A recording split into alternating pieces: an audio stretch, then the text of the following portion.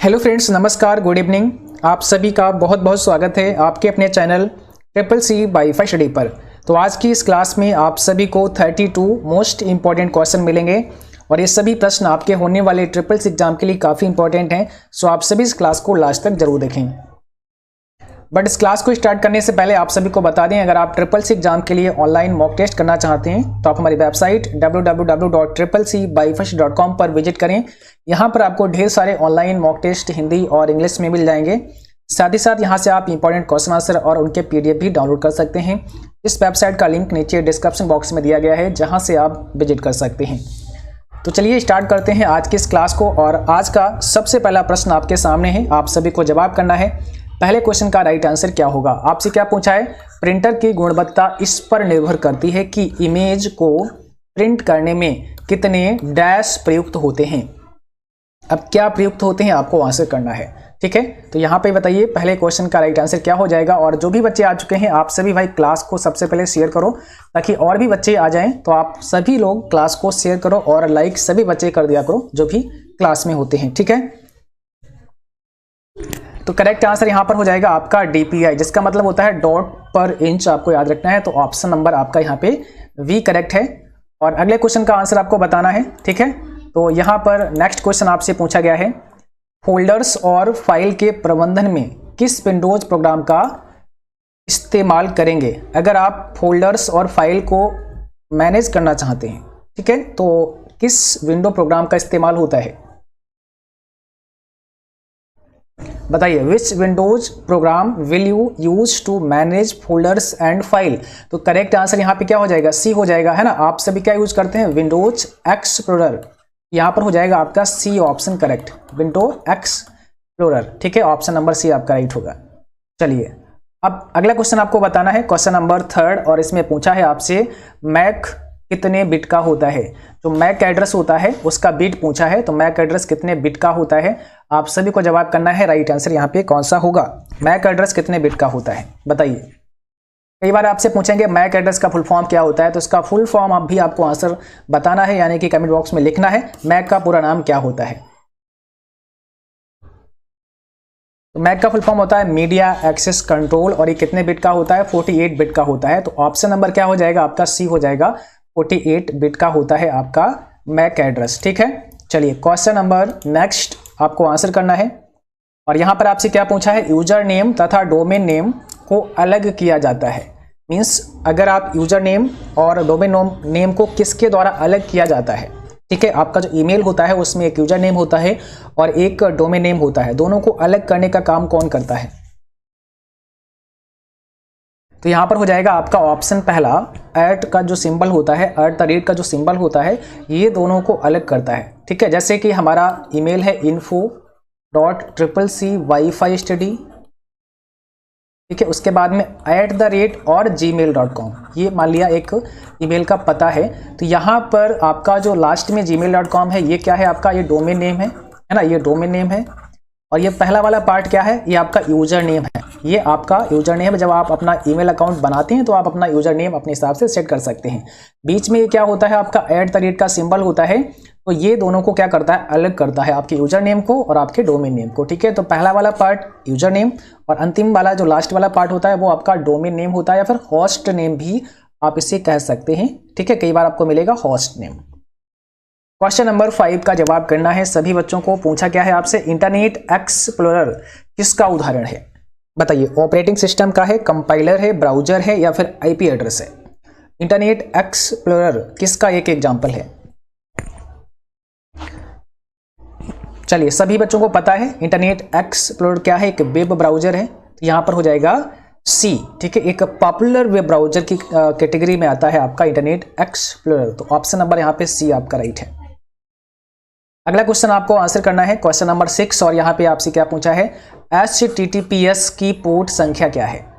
यानी कि HTTPS का पोर्ट नंबर कितना होता है आप सभी को बताना है। और ये चीज हमने आपको पहले से बताई है, HTTPS का पोर्ट नंबर कितना होता है, तो आपको पता होगा अगर आपने हमारे सभी क्लास पीछे के देखे हैं तो, ठीक है। तो HTTPS पोर्ट नंबर होता है वो होता है 443 443। ऑप्शन यहाँ पे डी करेक्ट हो जाएगा। इसका मतलब क्या होता है, hyper text transfer protocol. S for क्या हो जाएगा, सिक्योर हो जाएगा, ध्यान रखना है, सिक्योर हो जाएगा। ये आपका SSL सर्टिफिकेट द्वारा सिक्योर होता है, जिसका मतलब होता है, ठीक है। यहाँ पर अगर आपसे पूछें कि SSL का फुल फॉर्म क्या होता है बताइए, तो उसका फुल फॉर्म होता है secure socket layer. Secure socket layer आपको याद रखना है, SSL, ठीक है। चलिए अगला क्वेश्चन आपको आंसर करना है, और यहां पर आपसे क्या पूछा है, क्वेश्चन नंबर 7 में यहां पर आपको बताना है रो और कॉलम को जोड़कर क्या बनता है।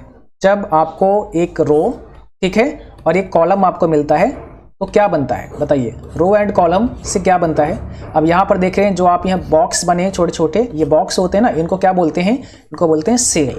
तो रो एंड कॉलम को जोड़कर क्या बनता है, एक सेल बनता है। ऑप्शन हमारा यहाँ पे क्या हो जाएगा, ऑप्शन पहला करेक्ट हो जाएगा, एक आपका सेल बनता है, ठीक है। चलिए अब क्वेश्चन नंबर 8 आपको आंसर करना है, और यहां पर आपको क्या बताना है, किसी कंप्यूटर के हार्डवेयर के पते को किस रूप में जाना जाता है।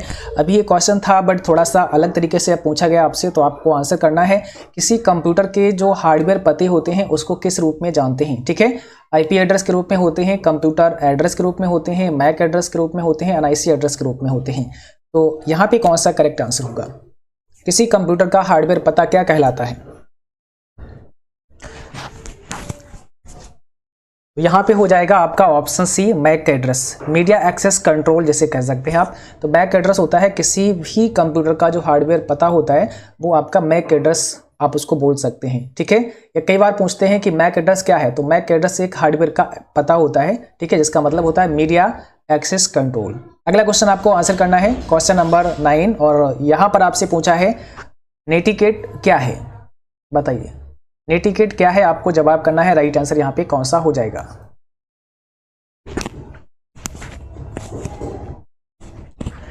तो यहां पर सही जवाब होगा ऑप्शन नंबर बी, इंटरनेट शिष्टाचार है आपका नेटिकेट। ओके, तो ऑप्शन 9 आपका यहाँ पे, ऑप्शन बी यहाँ पे करेक्ट है क्वेश्चन नंबर 9 का। नेटिकेट क्या है, एक इंटरनेट शिष्टाचार है आपका नेटिकेट।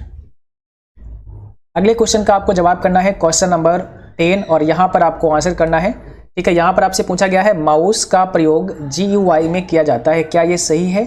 यानी कि जो माउस है इसका इस्तेमाल आप कब करते हैं, GUI में करते हैं, जिसका मतलब होता है ग्राफिकल यूजर इंटरफेस। तो माउस का इस्तेमाल ग्राफिकल यूजर इंटरफेस में किया जाता है। ट्रू है कि फॉल्स है बताइए, ट्रू है कि फॉल्स है। यहाँ पे कौन सा राइट आंसर होगा क्वेश्चन नंबर 10 का, तो बिल्कुल सही है। माउस का इस्तेमाल कहाँ होता है, ग्राफिकल यूजर इंटरफेस में होता है। तो यहाँ पर क्या हो जाएगा आपका, ट्रू हो जाएगा, पहला क्वेश्चन आपका करेक्ट होगा। क्वेश्चन नंबर अगला आपको आंसर करना है, और आपसे पूछा है IP एड्रेस एक यूनिक पता होता है। जो IP एड्रेस होता है वो एक यूनिक एड्रेस होता है, एक यूनिक पता होता है, ठीक है। और IP का फुल फॉर्म भी आपसे पूछेंगे, तो IP का फुल फॉर्म क्या होता है, इंटरनेट प्रोटोकॉल होता है। IP का फुल फॉर्म इंटरनेट प्रोटोकॉल होता है, एक यूनिक एड्रेस होता है। तो बिल्कुल सही है, एक यूनिक पता होता है IP एड्रेस। तो यहाँ पर ऑप्शन नंबर ए करेक्ट होगा, ठीक है। चलिए क्वेश्चन नंबर नेक्स्ट अब आपको आंसर करना है, और यहां पर आपसे क्या पूछा है, .NET किस प्रकार का डोमेन है। .NET किस प्रकार का डोमेन है, .NET किस प्रकार का डोमेन है। तो सही जवाब क्या होगा, नेशनल, संगठन, कंपनी या नेटवर्क। .NET किस प्रकार का है, नेटवर्क। ऑप्शन नंबर यहां पर क्या हो जाएगा, डी करेक्ट हो जाएगा, नेटवर्क। क्वेश्चन नंबर अब नेक्स्ट आपको आंसर करना है, और यहां पर आपसे क्या पूछा गया है, यहां पर आपको बताना है OSI मॉडल में कुल कितनी लेयर होती हैं। OSI मॉडल में कुल कितनी लेयर होती हैं, आपको आंसर करना है, कौन सा ऑप्शन यहाँ पे करेक्ट हो जाएगा। OSI मॉडल में कुल कितनी लेयर होती हैं,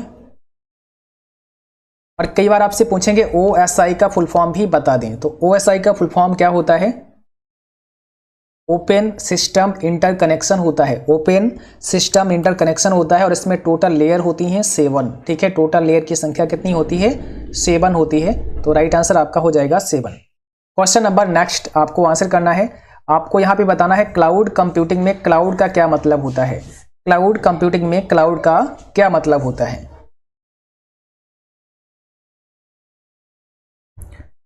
क्लाउड कंप्यूटिंग में क्लाउड का मतलब क्या है? इंटरनेट। यहाँ पर हो जाएगा ऑप्शन नंबर डी। क्लाउड का मतलब क्या हो जाएगा? इंटरनेट हो जाएगा, तो ऑप्शन नंबर आपका डी करेक्ट होगा। अगला क्वेश्चन आपको बताना है, निम्न में कौन सा डोमेन शिक्षा से संबंधित है? कौन सा डोमेन शिक्षा से संबंधित है? बताइए। राइट आंसर यहाँ पे क्या हो जाएगा? कौन सा डोमेन आपका शिक्षा से संबंधित है, एजुकेशन से संबंधित है?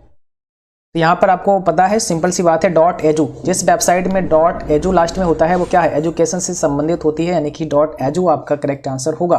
ठीक है।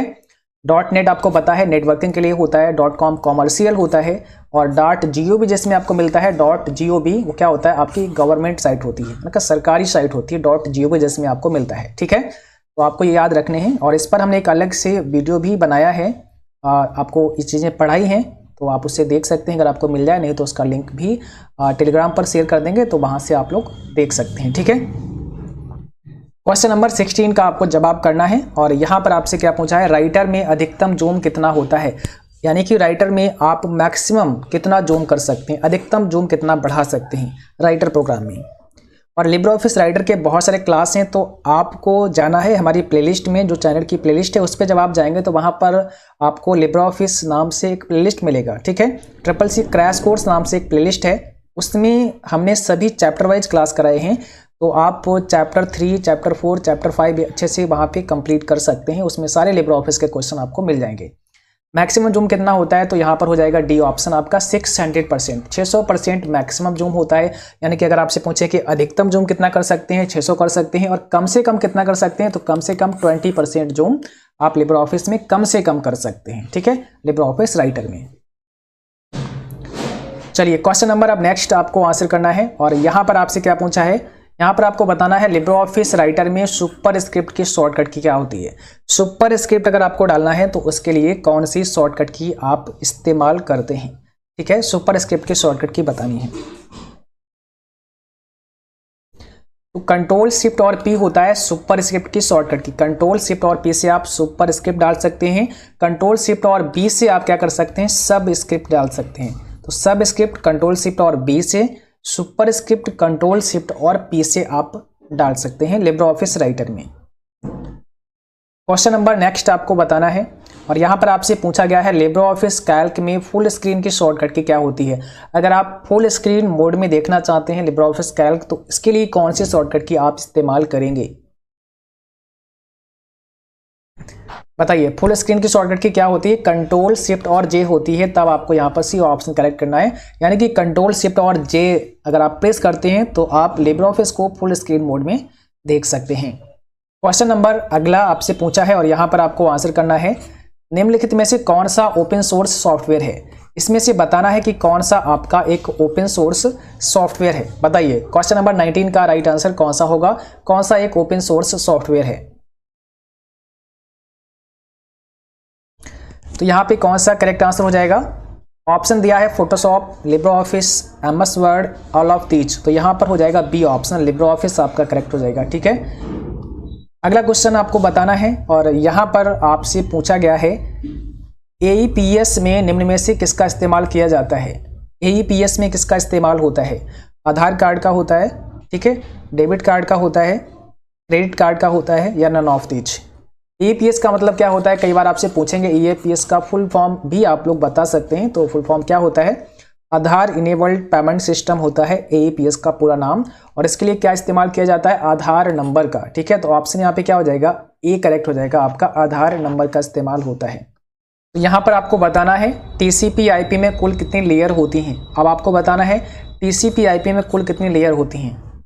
और TCP का मतलब क्या होता है? ट्रांसमिशन कंट्रोल प्रोटोकॉल, और IP का मतलब होता है इंटरनेट प्रोटोकॉल। तो TCP/IP में कितनी लेयर होती हैं? काफ़ी अच्छा क्वेश्चन है, क्योंकि एग्जाम में कई बार पूछा गया क्वेश्चन है।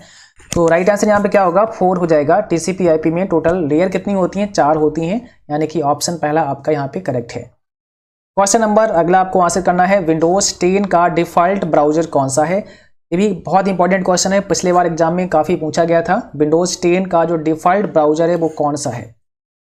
विंडोज 10 में जो डिफॉल्ट ब्राउजर है वो कौन सा है? तो यहाँ पर आपका सही जवाब हो जाएगा Microsoft Edge, option number B. ध्यान रखना है, माइक्रोसॉफ्ट एज क्या है? विंडोज 10 का एक डिफॉल्ट ब्राउजर है। ठीक है। और ये जो माइक्रोसॉफ्ट एज है बिल्कुल गूगल क्रोम की तरह मिलता जुलता है। कैसा है? गूगल क्रोम से बिल्कुल मिलता जुलता है, गूगल क्रोम से, तो याद रखना है आपको, ठीक है। चलिए क्वेश्चन नंबर नेक्स्ट आपको बताना है, और यहां पर आपसे पूछा गया है फॉन्ट साइज बदलने के लिए कौन सी बार में जाते हैं।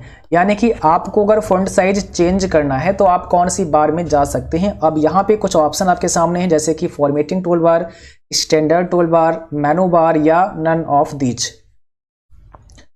तो अगर आप फॉन्ट साइज बदलना चाहते हैं तो आप कहाँ जाते हैं? नॉर्मली आप फॉर्मेटिंग टूल बार में जाते हैं ना। फॉर्मेटिंग टूल बार से क्या कर सकते हैं? फॉन्ट साइज को बदल सकते हैं, चेंज कर सकते हैं, ठीक है। वहाँ से फॉन्ट नेम भी आप बदल सकते हैं और भी बहुत सारी फॉर्मेटिंग आप कर सकते हैं फॉर्मेटिंग टूल बार से, ठीक है। तो यहाँ पर हमारा ऑप्शन करेक्ट होगा पहला, फॉर्मेटिंग टूल बार।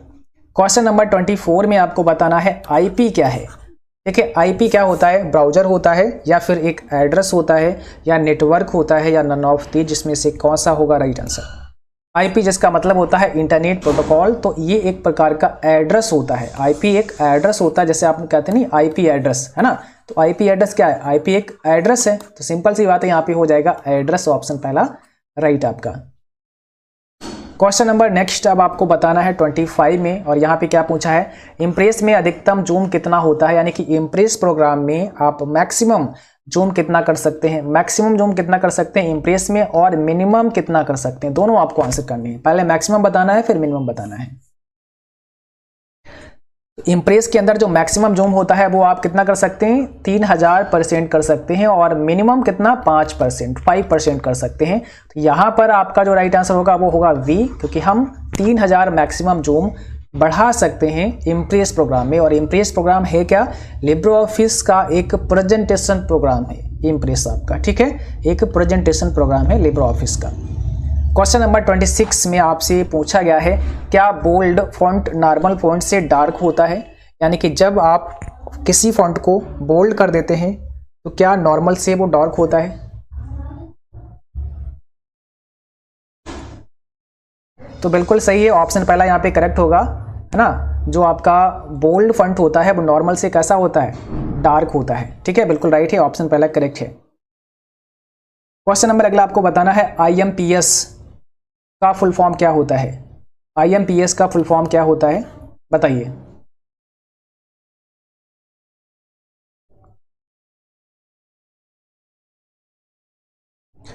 सही जवाब होगा ऑप्शन पहला, इमीडिएट पेमेंट सर्विस होता है IMPS का full form, immediate payment service. Question number 28 में आपको बताना है, और यहां पर आपसे पूछा है VCC का पूरा नाम क्या होता है। VCC का पूरा नाम आपको आंसर करना है, VCC का फुल फॉर्म क्या होता है।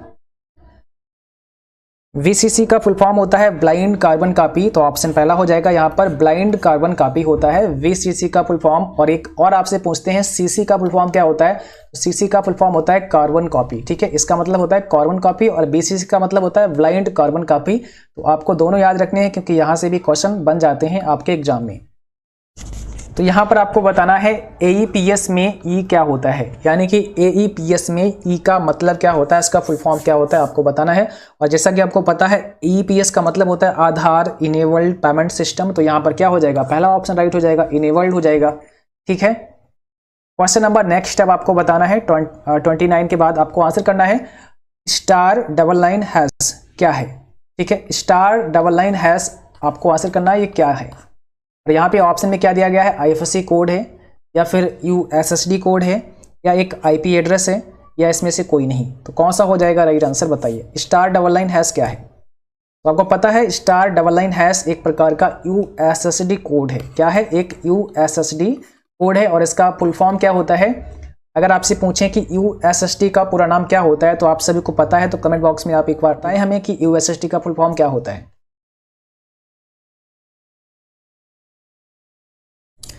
इसका मतलब होता है अनस्ट्रक्चर्ड सप्लीमेंट्री सर्विस डाटा। आपको ध्यान रखना है, U फॉर क्या हो जाएगा, अनस्ट्रक्चर्ड सप्लीमेंट्री सर्विस डाटा होता है USSD का पूरा नाम, ठीक है। क्वेश्चन नंबर नेक्स्ट अब आपको बताना है, और यहां पर आपसे पूछा गया है IFSC कोड कितने डिजिट का होता है। तो ये भी क्वेश्चन काफी पॉपुलर है, और कई बार एग्जाम में पूछा जाता है कि IFSC कोड कितने डिजिट का होता है।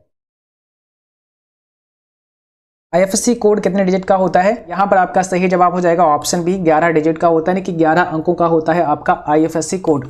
और आपसे पूछेंगे IFSC का फुल फॉर्म क्या होता है, तो आपको आंसर करना है IFSC का फुल फॉर्म क्या होता है। इसका मतलब होता है Indian financial system code. Indian financial system code होता है IFSC का पूरा नाम, आपको इसको भी ध्यान रखना है। क्वेश्चन नंबर, आज का अंतिम प्रश्न आपके सामने है 32, और यहाँ पर क्या पूछा है, कैल्क में फुल स्क्रीन करने की शॉर्टकट की क्या होती है। कैल्क प्रोग्राम में फुल स्क्रीन करने की शॉर्टकट की आपको बतानी है, और शायद ये क्वेश्चन दोबारा से रिपीट हुआ है, अभी कुछ समय पहले हम लोगों ने पढ़ा था। ठीक है, तो चलिए यहाँ पर आपको पता है कंट्रोल शिफ्ट और जे यहाँ पे हो जाएगा फिर से आपका राइट आंसर, क्योंकि कैल्क में फुल स्क्रीन। और एक चीज़ और याद रखना है, अब जैसे यहाँ पे कैल्क दोबारा रिपीट हो गया, शायद यहाँ पर राइटर होगा, लेकिन क्या है, राइटर हो, कैल्क हो या इम्प्रेस हो, राइटर, ठीक है, कैल्क और इम्प्रेस, इन सभी में, यानी कि आप बोल सकते हैं लिब्रे ऑफिस में जो फुल स्क्रीन की शॉर्टकट की है वो क्या है, कंट्रोल शिफ्ट और जे है।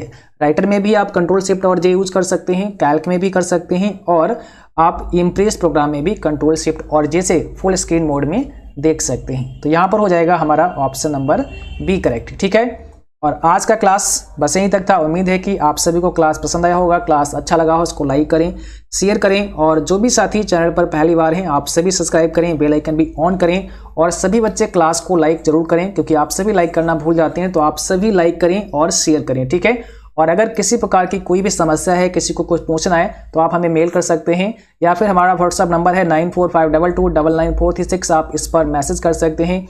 इसके अलावा आप हमें इंस्टाग्राम या फिर फेसबुक पर भी मैसेज कर सकते हैं। और आप सभी रेगुलर अपने मॉक टेस्ट करते रहिए, बहुत सारे मॉक टेस्ट अवेलेबल हैं हमारी वेबसाइट पर, तो आप वहां जाकर के बहुत सारे मॉक टेस्ट आप दे सकते हैं, प्रैक्टिस कर सकते हैं। वेबसाइट का लिंक नीचे डिस्क्रिप्शन बॉक्स में दिया गया है। आज के लिए बस इतना ही। Thanks for watching, thank you.